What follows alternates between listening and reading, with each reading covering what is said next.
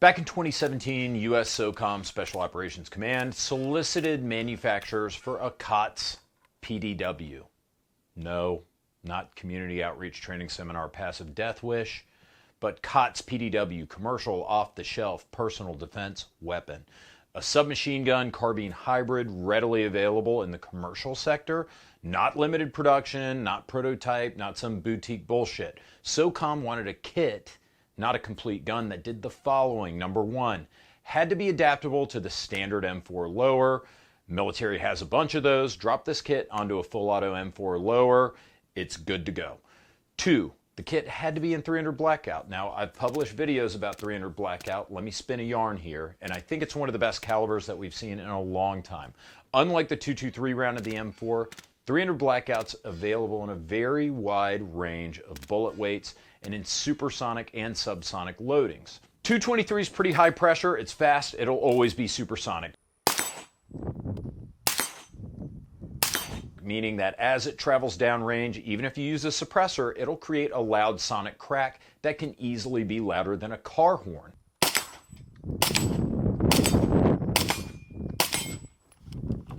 Subsonic rounds won't create that sonic crack, and they're much quieter. Subsonic 300 blackout can be as quiet as a silenced pistol. 223 is between 50 and 77 grains in bullet weight.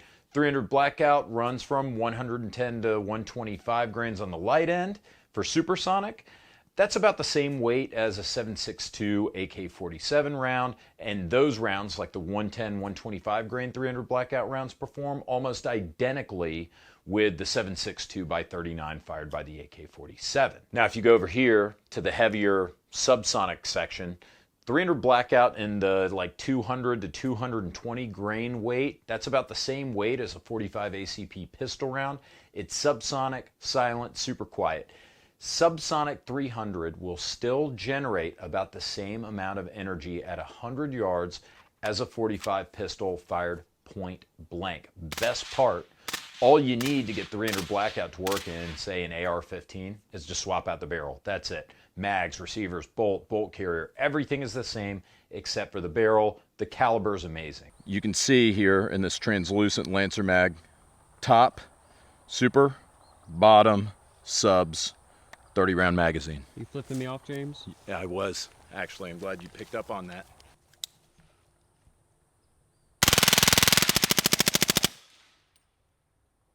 Holy shit, that was cool. Supersonic ammo is great because you can reach out longer distances. You get AK-like performance. But with the subsonic rounds, you get a very, very quiet, albeit low range round, but extremely quiet. You're gonna hear the difference. The first two, supersonic. The second two, subsonic. Ready?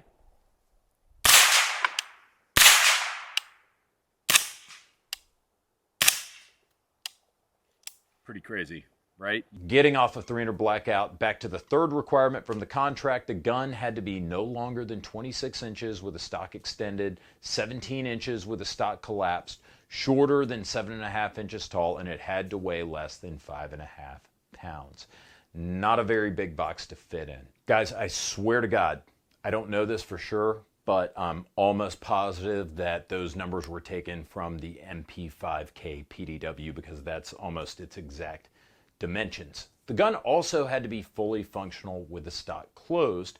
This rules out all traditional AR-15s because the recoil springs in the stock, meaning they can't fire if you have the stock folded. Of course, there was an accuracy requirement, but this was probably the easiest part of this solicitation. The gun had to be more accurate than 3 MOA, but ideally 1 MOA at 100 yards, meaning that the gun had to be able to shoot tighter than 3-inch groups at 100 yards.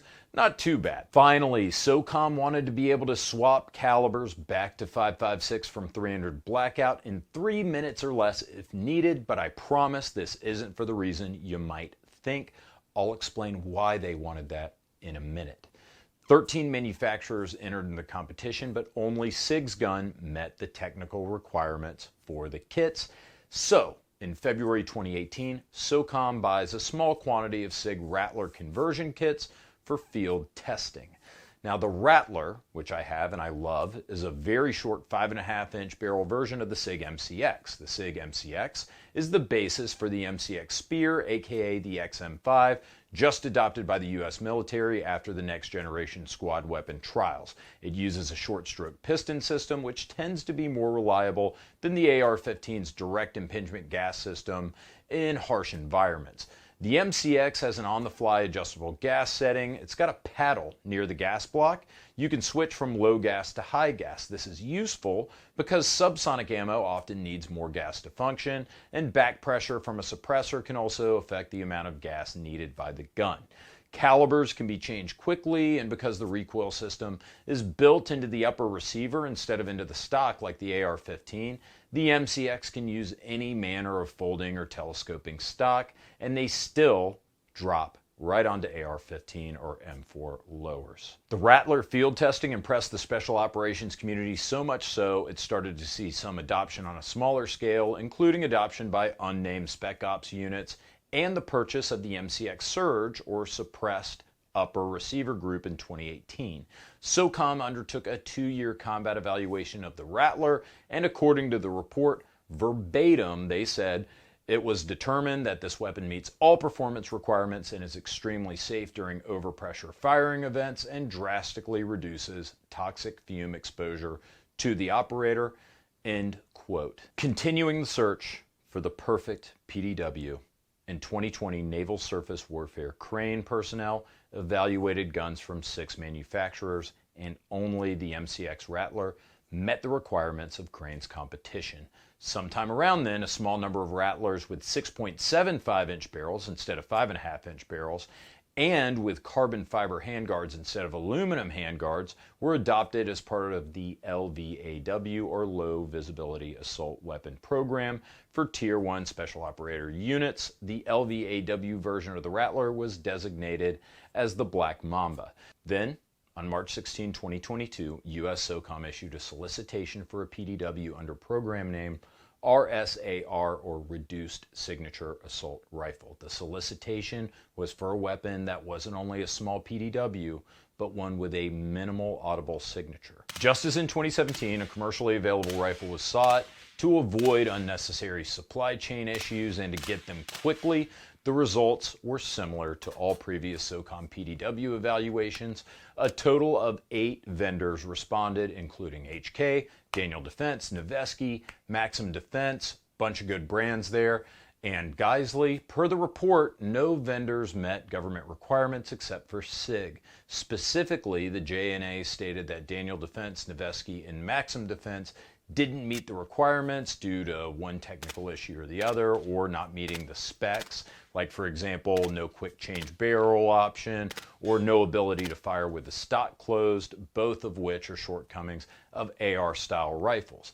SOCOM stated that H&K and Geisley's PDWs were weapons that didn't meet the definition of commercial off the shelf, not commercially available. It's unfortunate because I bet HK submitted the 237.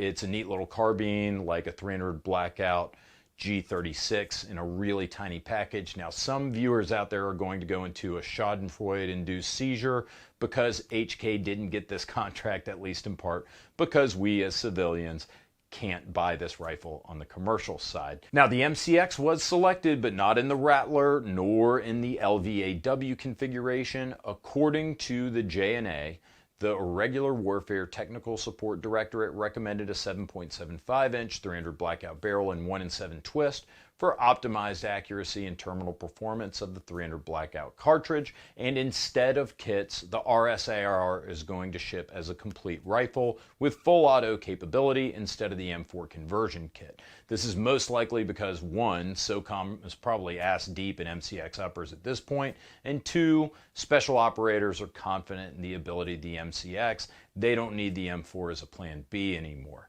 I mentioned that the RSAR is going to ship with 223 conversion kits for an interesting reason. Some people think it'll be able to use the same ammo as soldiers using the M4, but it's not that at all.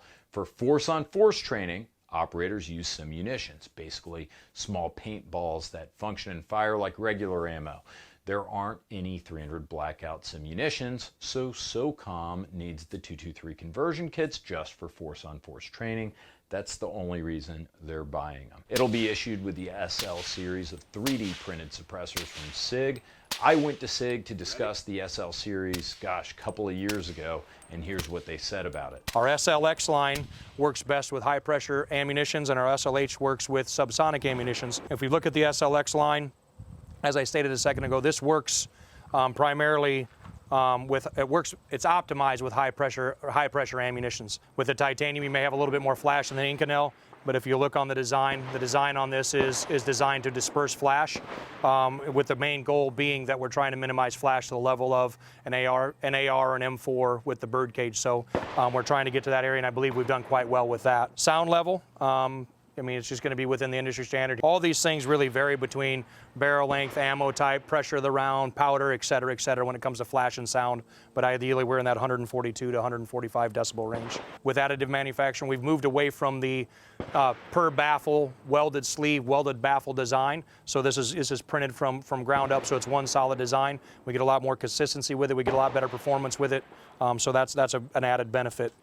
If you look at how they mount, we do have an adapter that allows you to go into a direct thread design as well, but we have our clutch lock. Our clutch lock system allows a high level of repeatability from suppressor on, suppressor off.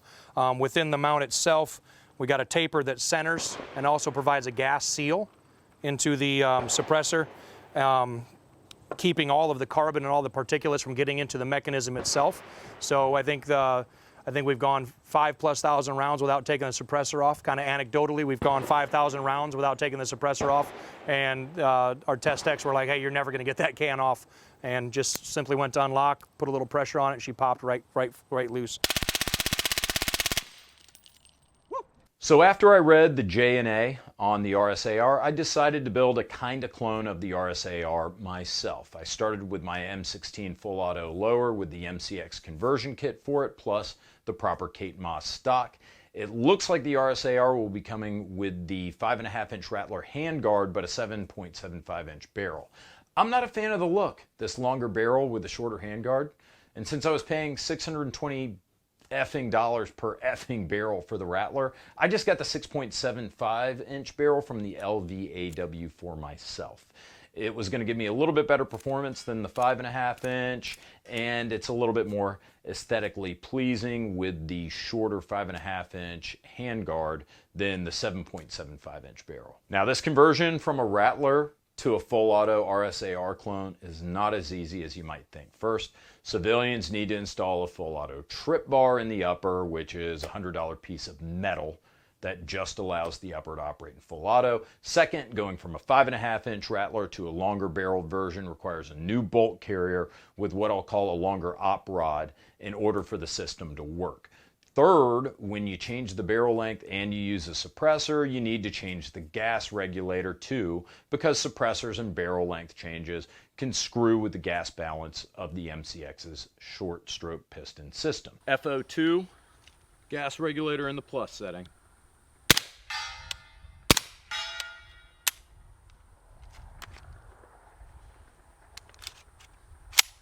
Yeah, maybe might need to go to the FO3. Now I've put the F03 regulator in here.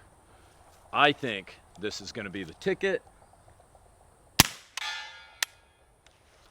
Nope, but that was in the minus setting. This is the Sig SL-300 blackout suppressor, super low back pressure, so they actually recommended that I shoot it on the high gas setting. That was FO3 in the minus setting. Let's try FO3 in the plus setting. Super light subsonics with the FO3 in the plus setting. That is what I needed to do to get this thing to run.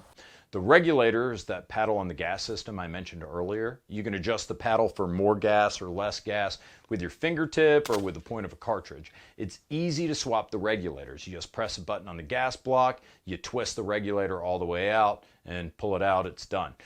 I had 3 regulators, the F01, F02, and F03. To make a long story short, the F03 is the proper gas port for the 6.75-inch version using subsonic and supersonic rounds. If this info I found on the internet, which I've posted on the screen here, is correct, the F03 has a very small minus gas hole opening for minimal recoil using supersonics, but a very large plus opening for use with subsonics and a flow-through can like the SL-series. The F01 and F02 regulators didn't give us enough gas back to this operating system for the gun to properly function. The F03 functioned perfectly. It's amazing what just 5 thousandths of an inch will do in a gas port. So what can I say about shooting this version of the Rattler and comparing it to other guns while remaining unbiased? That's difficult for me. First, I'm a huge fan and a proponent of the MCX system, so I've got a personal bias. Second, guys, it is so goddamn fun to shoot this thing. Full auto and suppressed. So effing fun. I'm talking about like outside of shooting a belt fed naked. It's about as good as it gets, but trying to be as impartial as possible. It might be easier to compare the MCX Rattler or the RSAR to other common systems. Despite having similar performance to the AK, I'm going to say the Rattler has less recoil than my M92 Krinkov AK with a 9-inch barrel. I love that gun, but I think something about the combo of 300 blackout and the lower reciprocating mass in the MCX versus the AK, it makes the gun just easier to shoot and lighter recoiling. Subsonic 300 blackout seems to have more recoil than any of my short-barreled M16s or AR-15s, but then again, direct impingement gas systems paired with the 223 are notoriously light recoiling. I guess you could say that the Rattler with supersonic 300 blackout kind of falls between the M4 and the AK in recoil, more towards the AK side. Now, subsonics, on the other hand, different story. If you're familiar with, say, shooting an all-steel 1911 and 45 ACP, you might not say it has less recoil than a 9mm from like a polymer gun, but you also might not say it has more recoil. It's just a different kind of recoil, a different impulse. It's like that slow, heavy shove instead of a quick jab. 300 blackout subsonics are very controllable. It's that slow shove. For me, it's easy to see why SOCOM went with this platform. It's cutting edge. It's frankly amazing. With the gas properly tuned, you're getting a reliable gun, possibly more reliable in hazardous conditions than the AR-15. Minimal recoil from subsonics or supersonics. You just flip a switch. Flip a paddle to dial in the proper gas setting. Inside of 100 yards, you can use big, heavy, quiet, and light recoiling subsonic rounds, but if you need to reach a little bit further out and you need AK-type performance, just double your range by swapping magazines and going with supersonics.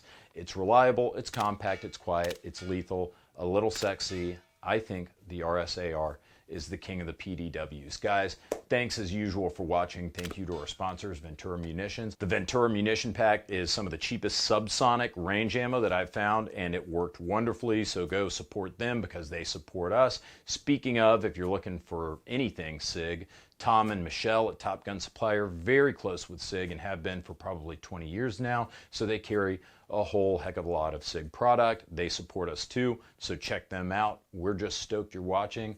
Thanks. Take care.